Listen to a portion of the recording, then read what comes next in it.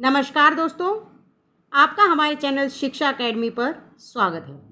दोस्तों, आज की इस वीडियो में हम पढ़ने वाले हैं नई कविता के बाद आने वाली समकालीन कविता या साठोत्तरी कविता। 1960 के बाद की कविता को अनेक नाम दिए गए हैं। 1960 के बाद की जो कविता थी उसे साठोत्तरी कविता, समकालीन कविता, अभिनव कविता, कविता, नूतन कविता, बीट कविता, अति कविता, ये आदि अनेक नाम दिए गए हैं। साठोत्तरी कविता नई कविता से अलग और हटकर है। यह अपने युग एवं परिवेश से संपृक्त है। दोस्तों, जो साठोत्तरी कविता है वह नई कविता की विशेषताओं को लेकर आगे नहीं बढ़ी है, उससे अलग और हटकर है। यह अपने युग, अपना जो समय है, इसका जो परिवेश है, वातावरण है, उससे जुड़ी हुई है। हमारी आशा निराशा, राग विराग, हर्ष विषाद सब उसमें समाये हुए हैं। राजनीतिक अव्यवस्था, सामाजिक विकृतियाँ, खोखले सिद्धांत सबको समकालीन कविता में समेटा गया है। जब हम स्वतंत्र हुए थे तो हम कुछ आशाएं, आकांक्षाएं लेकर स्वतंत्र हुए थे, लेकिन स्वतंत्र होने के बाद हमारी सारी आशाएं, सारे आकांक्षाएं जो हैं वो समाप्त हो गई, क्योंकि जो राजनीतिक नेता थे उन्होंने जो हमसे वादे किए थे वे वादे पूरे नहीं हुए, उनके वादे खोखले निकले। तो उसी को बताते हैं कि जो नई कविता है उन सभी निराशाओं को, उन सभी राग विराग को, हर्ष विषाद को अपने में समेटे हुए है। समकालीन कविता में चित्रित मानव जिन तनावों, विसंगतियों एवं कुंठाओं को लिए हुए जी रहा है वे पूर्णतः यथार्थ हैं। इस कविता में जो तनाव दिखाई दे रहे हैं, जो विसंगतियां दिखाई दे रही हैं, जो कुंठाएं दिखाई दे रही हैं, वे हमारे जीवन में मौजूद हैं। इस कविता में जो है वो सपाट बयानी अधिक है, मतलब जो कुछ भी सामने दिखाई देता है, हर्ष, कुंठा, विसंगतियां, उनकी सीधी सपाट बयानी ये करते हैं ये कवि। इस कविता का स्वर व्यंग्य और आक्रोश से भरा हुआ है। नेताओं पर व्यंग्य किए गए हैं, उन पर अपना गुस्सा दिखाया गया है, क्योंकि उन्होंने जो सपने दिखाए थे जनता को स्वतंत्रता के समय वो पूरे नहीं किए। साठोत्तरी कविता उस मोहभंग को दर्शाती है जो स्वतंत्रता के बाद लोगों के हृदय में उत्पन्न हुआ था। स्वतंत्रता से लोगों की बहुत सारी आशाएं थी, आकांक्षाएं थी, लेकिन स्वतंत्रता के बाद सभी इच्छाएं जो है वो धूल में मिलती हुई दिखाई दी, सबका मोह भंग हो गया। आज हम ठगे हुए महसूस करते हैं।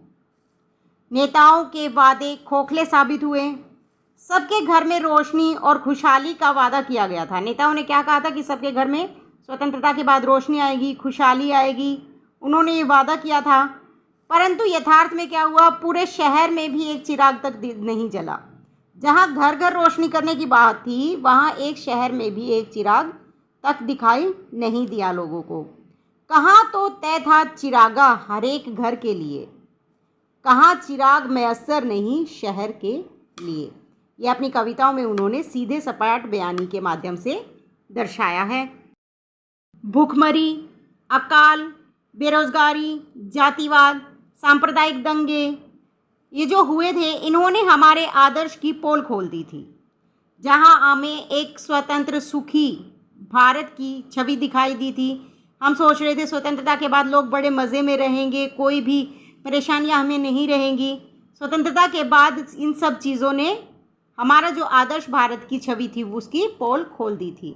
कवियों ने अपनी कविताओं में इसे दिखाया भी है। कहा है, सूचना विभाग के हर पोस्टर पर खुशहाली है चारों ओर, कंगालों के पास आटा नहीं गाली है, और जिसमें कोई नहीं खाना चाहता, आज़ादी एक झूठी थाली है। समकालीन कवि का आज़ादी से मोहभंग हो गया था। देश में जब उसने देखा कि चारों तरफ भुखमरी, अकाल, बेरोजगारी है, जातिवाद है, सांप्रदायिक दंगे हो रहे हैं, तो उसे पता चल गया कि जो आज़ादी का सपना था वो सिर्फ एक मोह था, जो वो स्वतंत्रता के बाद भंग हो गया। समकालीन कविता ने स्वार्थ लोलुप कुर्सी प्रेमी नेताओं पर बेबाक टिप्पणियाँ की हैं। हमारे जो नेता थे वे कैसे थे, स्वार्थी थे और अपनी कुर्सी से प्रेम करते थे, अपनी नेता की जो कुर्सी थी उसे छोड़ना नहीं चाहते थे। ये नेता जनता को अपना खिलौना समझते हैं और अपना उल्लू सीधा करने के लिए हमारा उपयोग करते रहते हैं। दुष्यंत कुमार ने इन पंक्तियों में इसी ओर संकेत किया है। जिस तरह चाहो बजाओ इस सभा में, हम नहीं आदमी, हम झुनझुने हैं। कह रहे हैं कि हम आदमी नहीं हैं, नेताओं के क्या हैं, झुनझुने हैं, खिलौने हैं, जिस तरह वो चाहे हमें इस्तेमाल कर सकते हैं, बजा सकते हैं। समकालीन कविता में जीवन की निर्मम वास्तविकताओं का यथार्थ चित्रण हुआ है। यह जीवन की भयावह त्रासदी, क्रूरता और विसंगतिपूर्ण स्थितियों को सामने लाती है। उस समय के जो कवि हैं, उन्होंने जीवन में जो क्रूरता देखी, जो विसंगतियां देखी, उसी को अपनी कविता के माध्यम से हमारे सामने प्रस्तुत किया। इस कविता को लिखने वाला कवि समकालीन राजनीति, समकालीन समाज व्यवस्था, समकालीन व्यवस्थाओं, समस्याओं के प्रति पूरी तरह जागरूक होता है। जिसने ये शाठोत्री कविता लिखी है, वो अपने समय के समाज से, समाज की राजनीति से, व्यवस्था से, समस्याओं से पूरी तरह से परिचित था। वह इन समस्याओं की अभिव्यक्ति कविता में करता है। जो कुछ सामने होता है उसकी अभिव्यक्ति इस कविता में हुई है। बेरोजगारी, भूखमरी, राजनीतिक स्वार्थपरता, जातिवाद, धर्मांधता, झूठे आश्वासन, भ्रष्ट प्रशासन एवं राजनीतिक जड़ता ने अधिकांश लोगों का मोह भंग कर दिया था। जो नेताओं के झूठे आश्वासन थे, उन्होंने जो भ्रष्ट प्रशासन चलाया, उनकी जो राजनीतिक जड़ता थी, इन सब ने लोगों का जो मोह था, जो उनके सपने थे, उनको भंग कर दिया। धूमिल कहते हैं, मैंने इंतज़ार किया, अब कोई बच्चा भूखा रहकर स्कूल नहीं जाएगा, अब कोई छत बारिश में नहीं टपकेगी। ये लोगों ने सोचा था, पर ये आकांक्षाएं जो थी वे पूरी नहीं हो सकी। इन्हें पढ़कर जब पाठक इन कविताओं को पढ़ते हैं तो वे तिलमिला उठते हैं। शाठोत्री कविता अपने देश काल से पूरी तरह जुड़ी हुई है। चारों ओर फैली भयावह स्थितियों, भूखी नंगी जनता की परेशानियों एवं शासक की लापरवाही, सब कुछ वह अपने काव्य में समेटता है। जो नेता लापरवाही करते हैं शासन करने में, भूखी नंगी जनता की जो परेशानियां हैं और जो चारों तरफ स्थिति फैली हुई है, उसका ये कवि जो है अपने काव्य में वर्णन करते हैं। वह कहता है, दिल्ली की संसद में बहस चल रही है कि भूखी जनता को रोटी मिलनी चाहिए।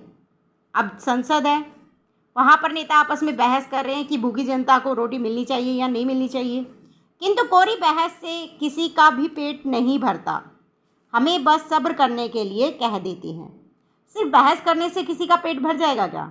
जब तक जनता को रोटी की वो मुहैया ना कराई जाए सुविधा, तब तक जनता का पेट कैसे भरेगा? यहाँ पर तो सिर्फ बहस हो रही है। कवि कहते हैं, भूख है तो सब्र कर, रोटी नहीं तो क्या हुआ। आजकल दिल्ली में जेरे बहस है ये मुद्दा। कह रहे हैं भूख है लेकिन सब्र करो, रोटी नहीं हुआ तो क्या हुआ, सब्र करो। दिल्ली में तुम्हारी रोटी के बारे में ही बहस उठी हुई है।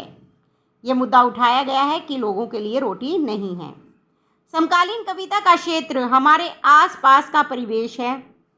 शाठोत्री कविता सहज, धारदार, प्रभावशाली है और वह आम आदमी की भाषा में कही गई है। इसकी शैली प्रहारक है, व्यंग्यात्मक और साथ ही साथ सार्थक भी है। आज के कवि आम आदमी के परिवेश एवं मानसिकता को कविता में अभिव्यक्त कर रहे हैं। आम आदमी का जो परिवेश है, जो वातावरण है, उसके जो मानसिकता है, उसको कवियों ने अपनी कविता में अभिव्यक्त किया है। इसमें कवि लोक में व्याप्त असंतोष, कुंठा, नफरत, विद्रोह की आग को अपनी कविताओं में अभिव्यक्ति देता है। कवि कहता है, मैं देखता रहा, हर तरफ ऊब थी, संशय था, नफरत थी, मगर हर आदमी अपनी ज़रूरतों के आगे असहाय था। इस काल के जो कवि थे, समकालीन कविता के कौन कौन हैं दोस्तों? विश्वनाथ तिवारी, रघुवीर सहाय, श्रीकांत वर्मा, दूधनाथ सिंह, धूमिल, लीलाधर जुंगड़ी, वेणुगोपाल, मत्स्येंद्र शुक्ल, विष्णु खरे, देवेंद्र कुमार, श्याम विमल, अरुण कमल आदि। दोस्तों, वीडियो अच्छी लगी है तो लाइक शेयर ज़रूर कीजिएगा। यदि आप हमारे चैनल पर नए हैं तो चैनल को सब्सक्राइब कर लीजिए, बेल आइकन प्रेस कर लीजिए ताकि अगली वीडियो का नोटिफिकेशन आप तक पहुंच सके। धन्यवाद।